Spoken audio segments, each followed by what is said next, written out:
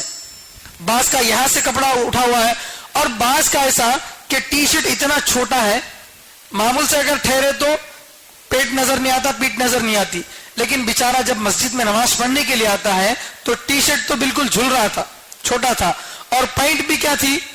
بہت ٹائٹ اور چھوٹی تھی.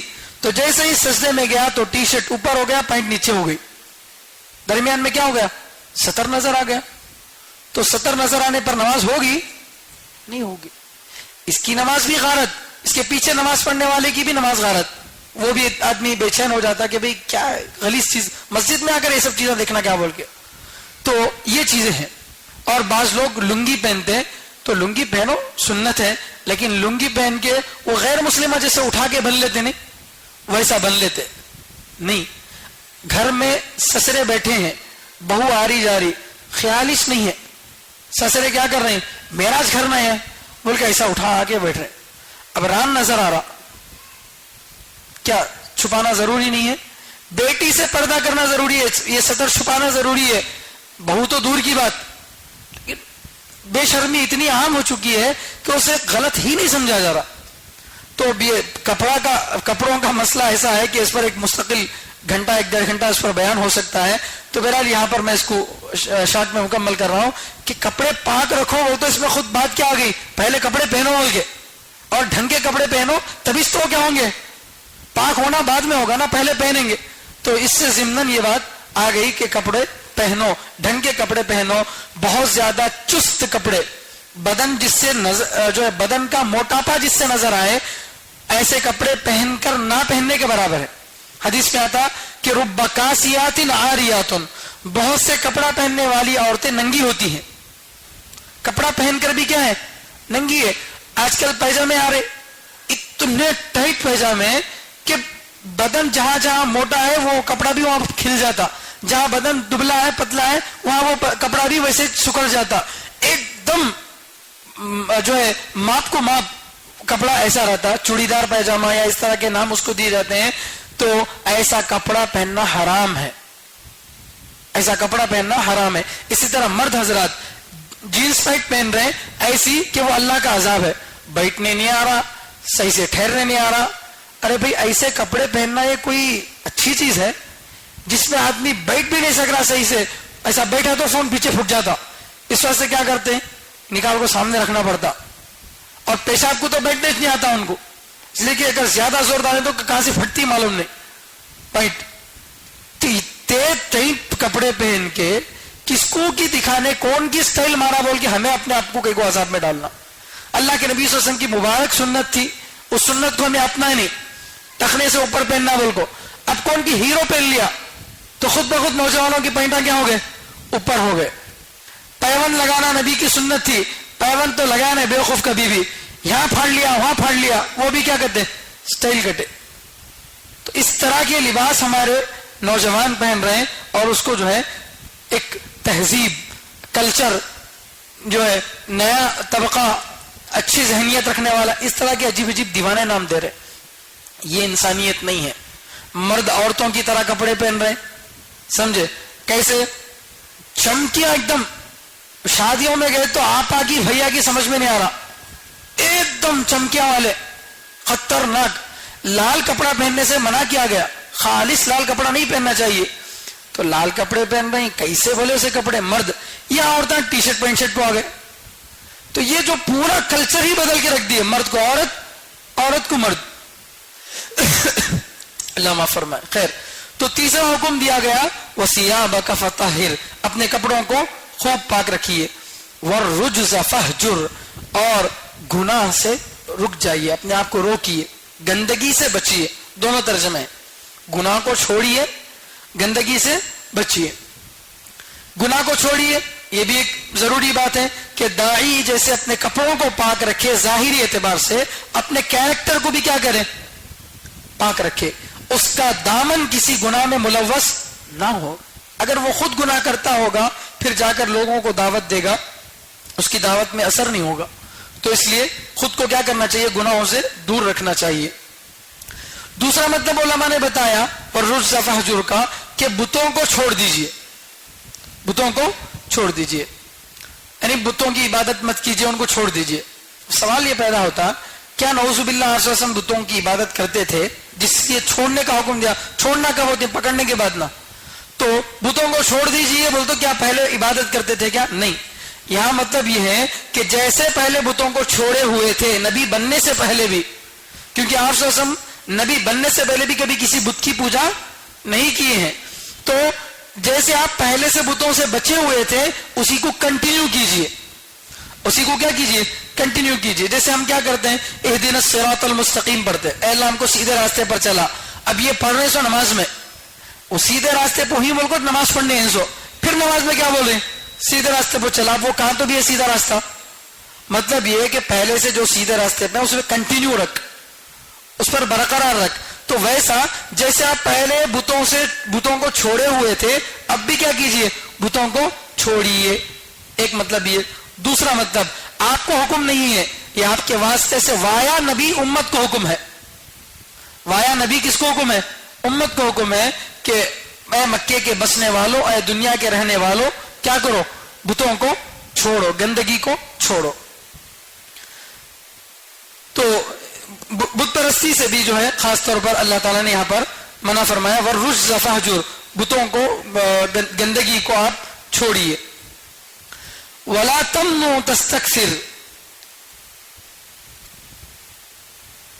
چوتھا حکم، پانچواں حکم اللہ تعالیٰ یہ فرما رہے ہیں وَلَا تَمْنُن تَسْتَكْثِرْ، آپ اس نیت سے احسان مت کیجئے کہ آپ کو زیادہ ملے گا. وَلَا تَمْنُن، آپ احسان مت کیجئے، تستکثر، کہ آپ زیادہ حاصل کریں. مطلب کیا؟ یعنی آپ کسی پر کوئی احسان کر رہے ہیں، مثال کے طور پر کسی آدمی کو 200 روپے دے رہے ہیں تاکہ وہ بعد میں آپ کو کیا کرے؟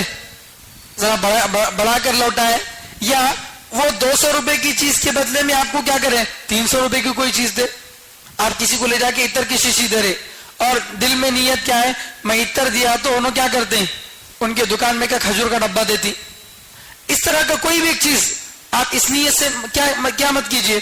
کسی پر احسان مت کیجئے. اب ظاہر بات ہے یہ کام بھی آپ سسم نہیں کرتے تھے، پھر کیوں بولا گیا؟ یہ اس لیے بولا گیا کیونکہ عربوں کا رواج یہ تھا، جب تک تاریخ کو نہیں پڑھیں گے، ہسٹری کو نہیں پڑھیں گے تو قرآن بھی پوری طرح سے سمجھ میں نہیں آتا. اس لیے عالم کورس کے اندر اٹھاتے پہلے دن قرآن اور حدیث ہاتھ میں نہیں دیتے، قرآن حدیث لیتے لیتے 4-5 سال ہو جاتے. اس سے پہلے بیسک چیزیں اس کو پڑھاتے کیونکہ وہ سمجھے گا تو قرآن کی آیتوں کو سمجھ سکتا آدمی. تو تاریخ اگر دیکھیں گے ہم تو عربوں کا مزاج یہ تھا کہ اگر آپ ان کو کوئی چیز دیتے تو وہ بدلے میں اس سے اچھی چیز دیتے. ایک چھوٹی بچی اللہ کے نبی صلی اللہ علیہ وسلم کو لا کر ککڑی دی، کنکڑی اللہ کے نبی صلی اللہ علیہ وسلم کو پسند تھی، لا کے ککڑی دی. تو اللہ کے نبی صلی اللہ علیہ وسلم ہماری طرح جزاک اللہ بول کے موٹا نہیں بولے، بلکہ کیا کرے, میری پسند کی چیز تمہیں لا کے دیے, تمہاری پسند کی چیز سننے کا لچھا زیور میں تم کو دے رہا ہوں کہ دیے.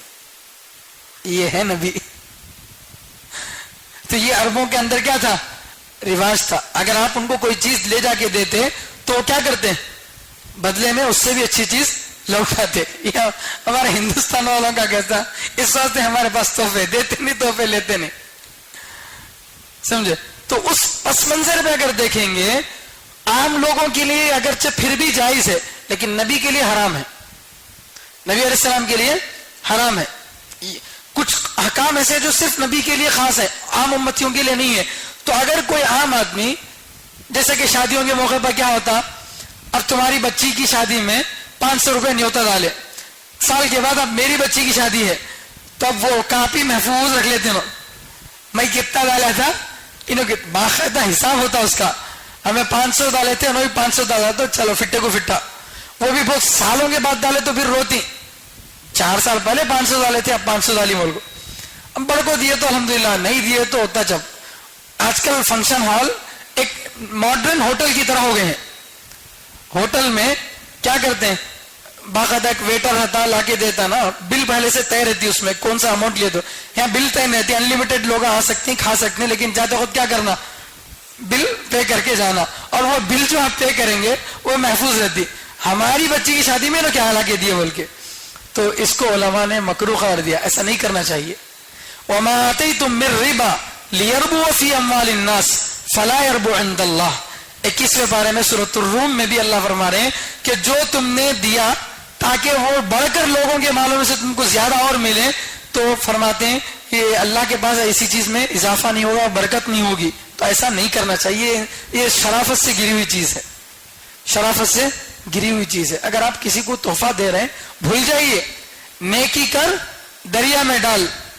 پہلے کی کہاوت, آج کی کہاوت کیا, نیکی کر کیمرے میں ڈال. نیکی کر کیمرے میں ڈال. 10 روپے کے 2 موزہ, بیچارہ بڑی ہسپتال کے پاس کون کی فقیر بیٹھا, اسے دے کو. اب کیا کر رہے ہیں, ایک فاؤنڈیشن پیچھے نام لگا ڈالے, لگا کے 10 روپے کے موزہ دے کو بھی کیا کر رہے ہیں, فوٹو کھینچ رہے. تو پہلے تو نیکی کر کیا تھا, دریا میں ڈال, آج نیکی کر کیمرے میں ڈال. تو یہ والا حال ہمارا ہو گیا ہے. تو اللہ فرما رہے ہیں وَلَا تَمْنُنْ تَسْتَكْثِرْ, آپ اس نیت سے احسان مت کیجئے کہ بدلے میں آپ کو کیا ملے گا, زیادہ ملے گا. آپ تو کرتے نہیں تھے, لیکن چونکہ عربوں کا رواج ایسا تھا, اس لیے اللہ کے نبی صلی اللہ علیہ وسلم کے لیے یہ حکم فرمایا گیا کہ آپ کے لیے حرام ہے, آپ ایسا ہرگز مت کیجئے. تو اس کا تعلق کیا ہوا, پہلے تو نیگیٹو اور پازیٹیو انداز میں توحید کو بیان کیا گیا, بتوں سے ڈرائیے, اللہ کے ایک ہونے کو بیان کیجئے. پھر بتائیں کہ داعی جب دعوت دینے کے لیے جائے تو اس کے کپڑے کیسے ہوں, اچھے ہوں. پھر بتائیں کہ گناہوں کو چھوڑے, کیریکٹر بھی اس کا کیا ہو, اچھا ہو. پھر بتا رہے کہ یہ جو عربوں کی غلط رسمیں ہیں, ان رسموں سے اپنے آپ کو کیا کرو, پاک رکھو.